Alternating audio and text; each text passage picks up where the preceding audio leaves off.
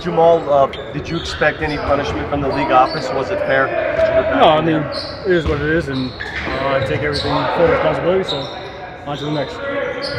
Was it just that your frustration boiled over? Is that what happened?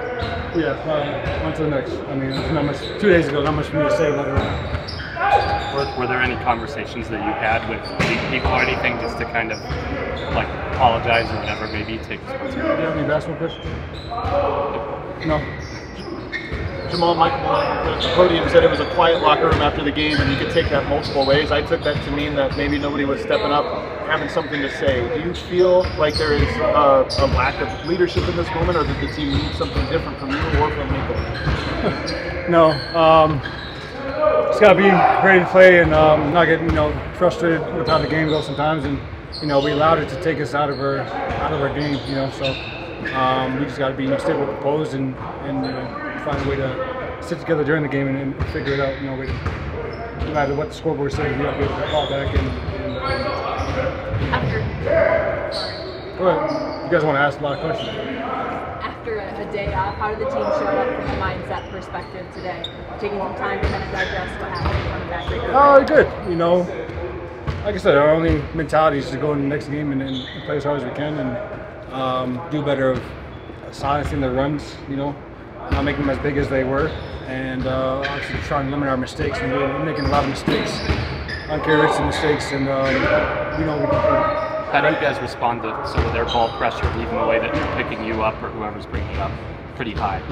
Just limiting mistakes and not turning the ball over, giving them easy runouts, just making it harder for them to score than we have been. It's kind of been both ends on the floor. We haven't been playing great, but I think if we just tune up some things and stay within ourselves, we should be fine. Reggie said after the game that going forward, like manhood's on the line. Like, is that tied to the physicality aspect of how you guys respond to things? I mean, we lost 2 games in a row. We're trying to win the next one.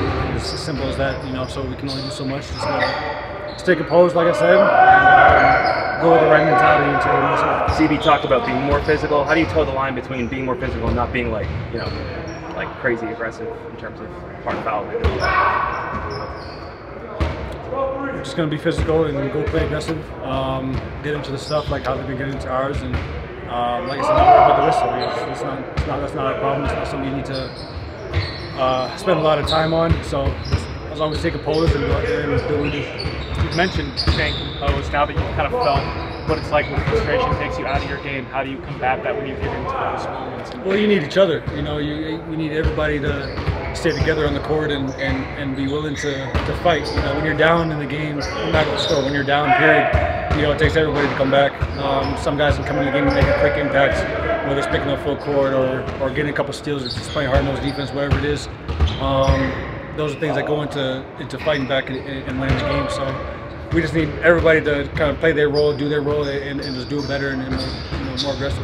Jamal, you guys said you individually weren't able to do much between the end of round 1 and the start of the second round. With these few days off, are you able to approach this shorter break any differently in terms of what you're doing on the court? No, I think it's been the same. Just doing what I can and trying to give my team what they need out there. I haven't been shooting great, but I think I can still affect the game. Why should Nikola win his 3rd MVP tonight? Why what? Why should Nikola win his 3rd MVP? That's something you think he should. Yeah. State your case. I think he stated his case pretty well. He does it every night. It's hard to do what he does and face the kind of pressure that he does each and every day.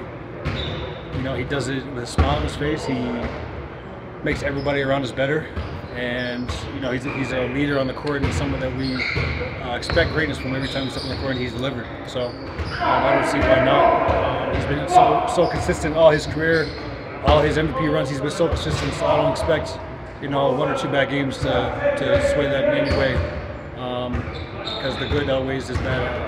100%. Jamal, does something else click competitively when you're in a hole, when you're in an 0-2 series hole? You've been in holes before in the playoffs.